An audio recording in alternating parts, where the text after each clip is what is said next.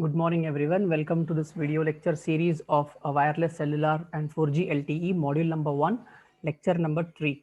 Okay, now today we will going to see how actually the technologies are being implemented in LTE system and some features, okay, some characteristics where the this LTE technology is benefiting the users. And along with that, we will see the very most important type of modulation that is called as OFDM modulation, that is orthogonal frequency division multiplexing. Okay, so now here, as you know that the history of telecommunication which we have seen in the yesterday's video lecture number 2, where from 1G to 4G all the parameters are being discussed in detail. Okay, so if you have any kind of detailed explanation, please refer to my video lecture 2. Okay, now today we will see about how we are trying to enable the technologies and the features of LTE. Okay, so what does this mean is nothing but, always please remember that you take any technology starting from 1G to 4G, the whole system or the generations will be evaluated based on their services which they provide and their performances. Okay, services is nothing but like SMS is there, voice call is there, data call is there, okay, internet facility is there. Okay, and based on that, how you are trying to evaluate their performance. Okay, so therefore LTE design, when you go for LTE, they incorporate some few number or several number of radio and core network technologies. Okay, and here you can see in detail the very most important part here is orthogonal frequency division multiplexing. Okay, what is actually this is orthogonal frequency division multiplexing is nothing but is one of the key differences between the existing 3G systems. Okay, the things which we have seen in the 3G technology, and it will be compared with LTE. Okay, now in 3G we don't have any kind of OFDM. We used to have our technology restricted to CDMA, TDMA, FDMA. Okay, but not OFDM. But LTE, it makes use of orthogonal frequency division multiplexing. Now, this is one of the very important type of modulation technology. Okay, and it is being deployed in all UMTS, that is Universal Mobile Telecommunication System, and also co-division multiple access 2000 series. Okay, this 2000 refers to the series, or you can say that it's the release number. Okay, and they are completely based on CDMA technology. Okay, now how actually this CDMA technology work is nothing but by making use of spread spectrum technology. Okay, there is a technology which is there in the digital communication. Okay, where we make use of spreading the narrow band. Okay, basically when you study the principles of communication system, okay, so there we will categorize the whole complete frequency band into a narrow band and the wide band. Okay, they are the just categorization. Okay, so here in CDMA they are being spreaded across the narrow band signal over a wide bandwidth. Okay, because bandwidth is not limited here, the bandwidth will be in terms of Mbps or in terms of Gbps. Okay, so when you try to widen the bandwidth of the complete CDMA, then you may find that multiple narrowband signals can be transmitted. Okay, and there you cannot achieve the interferences. Okay, so if there is less interferences is there in that particular bandwidth, then obviously there will be a performance will be more better as compared to the previous technology. The only thing is nothing but it depends upon the type of data rate, whether it is a high data rate or whether it is a low data rate communication. Okay, now if you have a very low data rate, okay, the data rate, or you can say the data connection, then it becomes very difficult for the user to transmit the voice or transmit the any type of the material or the information, okay, over the large number of users. Okay, so therefore what we try to do is, if your data rate is very low, okay, in communication system, we try to multiplex. Okay, so multiplexing is one type of the mechanism where we take multiple signals at a stretch, and then we try to send them through a common single channel that is called as a dedicated channel.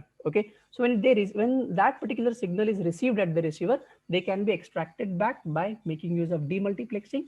Therefore the system capacity can be increased. So in this way we try to approach the type of technology. Okay, but when it comes to the very high speed of applications, okay, then it becomes very difficult. Okay, high speed of application is nothing but where if you want to go for the video conferencing, right? So video conferencing is one type of an application where we require a very high speed of internet.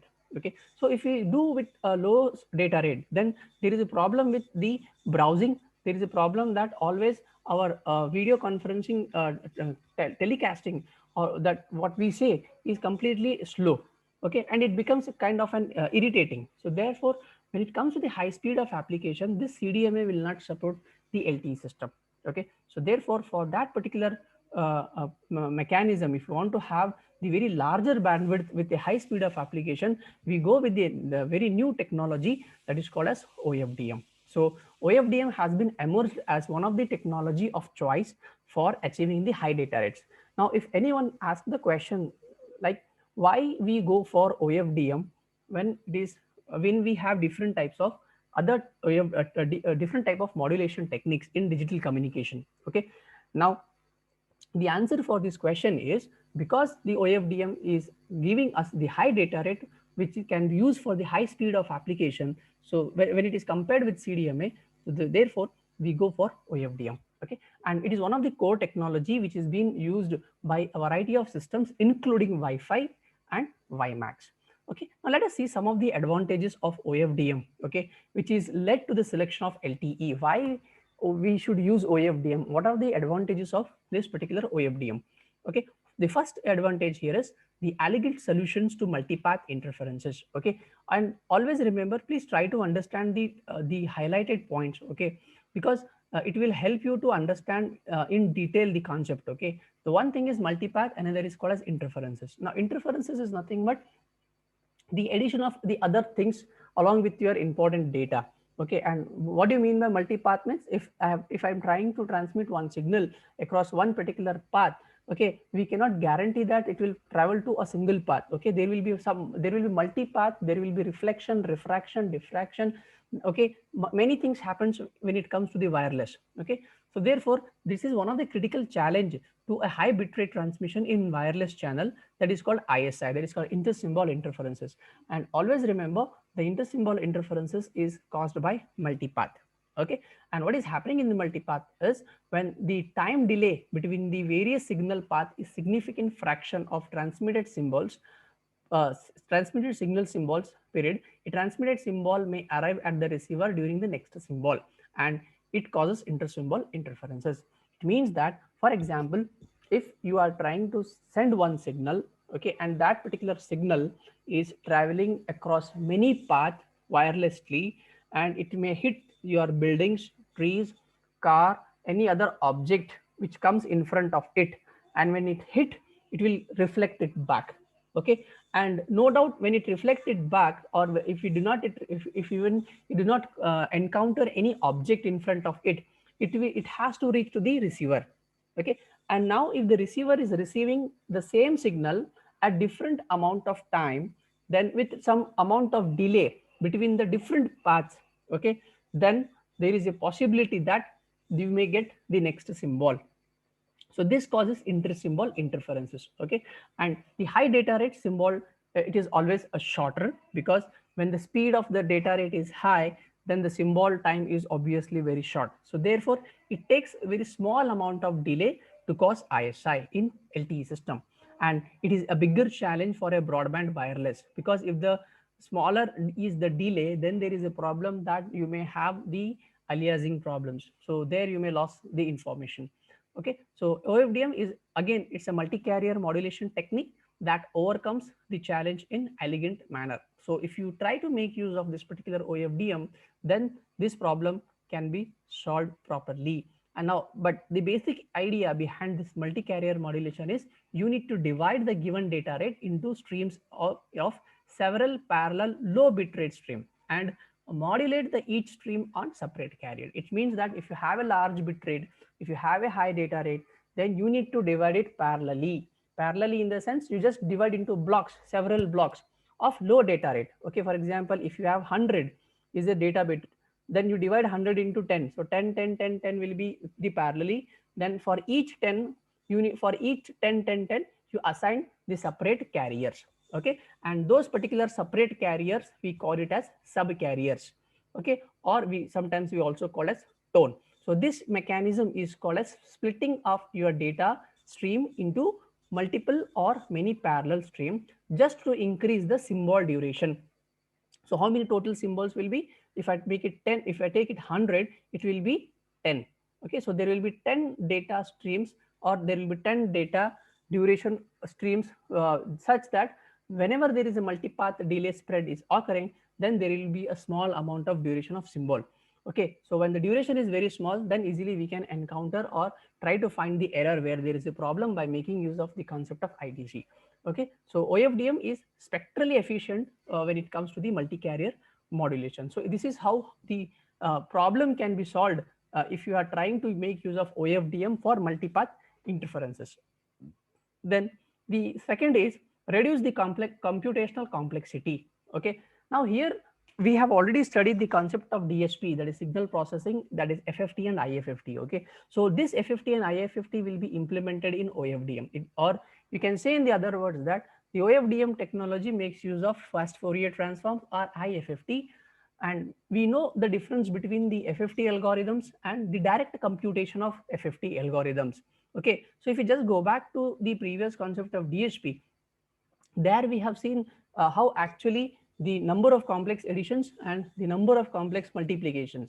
So both together we call it as a computational requirement for the computation of FFT. So here in orthogonal frequency division multiplexing, instead of trying to make use of direct computation, we go for FFT. And if you try to make use of FFT, then the computational complexity of this particular OFDM will be completely reduced, so that the complexity will be much lower than the time domain equalization system or the other hardware path which is required for the multipath interferences will become reduced.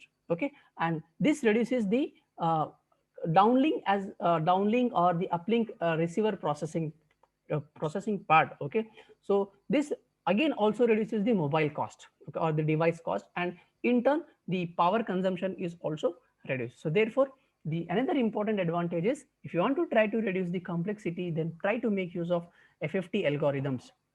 The third advantage here is graceful degradation of performance under excess delay. This means the performance of the OFDM system degrades. Degrades means decreases gracefully as the delay spread exceeds. It is obvious if you take any communication system, if you are trying to degrade the delay spread, then obviously the spread will become excess, or the delay will become excess. If the delay is excessing, then the performance of the system get reduced. Then greater coding and low constellation size can be used to provide fallback rates that are significantly more robust against the delay spread. Okay, and in OFDM, it is well suited for adaptive modulation. Okay, this is the advanced type of modulation in modern DSP or advanced digital signal processing, where we make use of adaptive modulation and coding process, and this will try to allow us to make the system best available for channel conditions, because we need to always monitor the condition of the channel. It is not like only the transmitter and the receiver has to be monitored. Along with that, you need to monitor the condition of the particular channel. Okay, so by making use of this OFDM, here we can increase the performance under excess delay. Excess delay means if there is a huge delay, we can try to reduce that particular delay. Okay, then the next advantage is exploitation of frequency diversity. This is another important part here. In OFDM, the facilities of coding and interleaving across the subcarriers is in the frequency domain, which can provide robustness against burst errors caused by portion of the transmitted spectrum undergoing deep fading. Okay, now whenever there is actually concept in the antenna called as the fading of signals and also the frequency diversity. Okay, we will see in the next part of this how actually the frequency diversities and the multiple antenna techniques are used. Okay, but for time being now, please try to understand that if the frequency in OFDM, the coding and interleaving, okay, it means that if you have the multiple subcarriers which are in the frequency domain, and if you want to try to have detect, or if you want to go against the errors which are burst errors, okay, which are caused by the transmitted spectrum undergoing deep fading. Fading is nothing but, if I transmit one signal, after some amount of time it will just get fade in the sense the amplitude of the signal or the strength of the signal gets lost.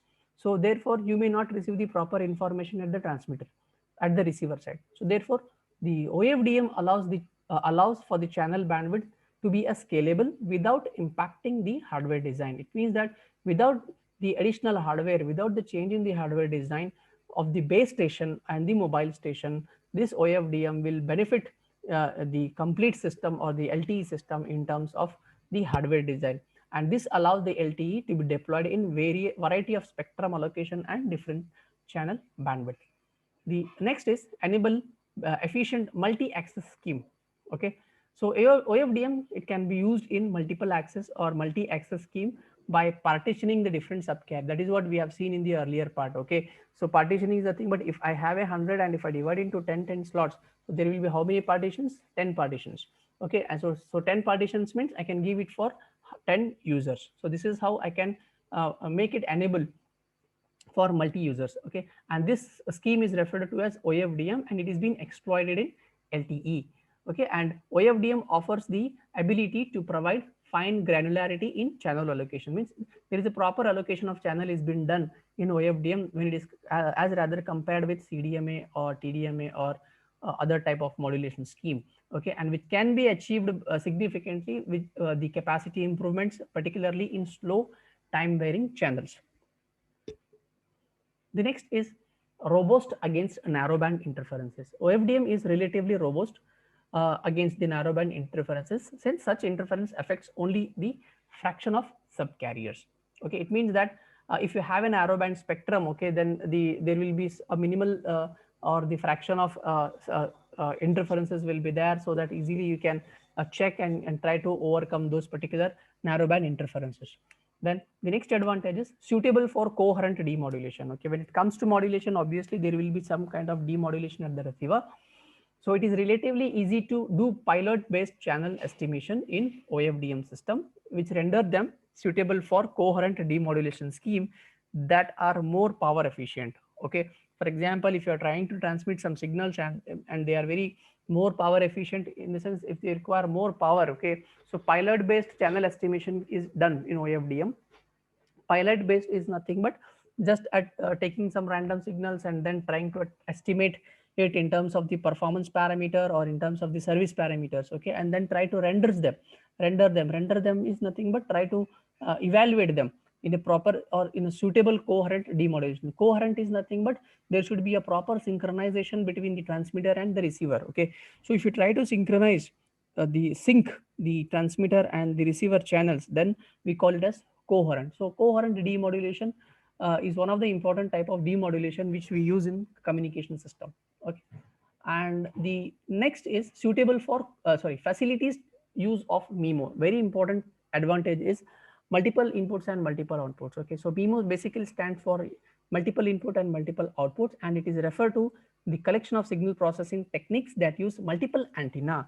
So instead of using one antenna, we may use more than one antenna, both at the transmitter and the receiver. Why we need to use these multiple antennas is just to improve the system performances, because in OFDM or because in the LTE system, there is a possibility that we try to encounter the multipath interferences or the multipath signal at after transmitting. So therefore, if the signals are transmitted and they are received at the receiver or the multiple signals are received at the receiver, then if you want to try to evaluate the performance of the system, then we need to go for MIMO systems. Okay, so for MIMO techniques to be more effective, it is required that the channel allocations are such that the multipath delay do not cause inter-symbol interferences.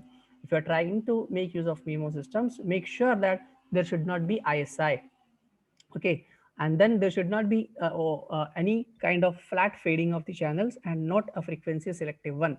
Okay, and if you are having a very high data rate, then it is not the case. Therefore, MIMO techniques do not work well in traditional broadband channels. So therefore, in OFDM, they try to make use of frequency selective broadband channels into several narrowband flat fading channels. Okay, so overall it means that if you try to make use of MIMO systems effectively, or then it improves the system capacity such that the significant advantages over the other techniques can be achieved. Okay, some examples they have given us Wi-Fi and WiMAX, and the last advantage here is the efficient support of broadcast services. Okay, broadcasting is nothing but if you when you want to have the transmit the information over the many things, just like your FM radio or AM radios. Okay, so there should be a proper synchronizations. Okay, so by synchronizing the base stations to the timing errors with well within the OFDM guard interval, then it is possible to operate an OFDM network on a frequency selective single frequency networks. Okay, and this particularly, if you do this, then you can enhance the signal power by enabling the higher data rates, broadcasting transmission for a given transmit power. Okay, so LTE design leverages this OFDM capability to improve efficient broadcast services. Okay, so this is how the advantages are. So if the question, most of the time the question will be asked on what is orthogonal frequency division multiplexing and how it is better as compared to other traditional techniques, and explain the emerging technologies or advantages of OFDM. So here you can see the advantages, the following are there. So you have to write all the points, okay, and try to explain it very properly. Okay, so there is one small topic, is another small topic is here. So you can see SFDE and SFDMA. Okay, that is selective channel frequency division enabling and selective channel frequency division multiple access. Okay, or single carrier, you can say single carrier. Okay, frequency division multiplexing access. Okay, so if you want to keep the cost down, okay, because LTE require more cost also for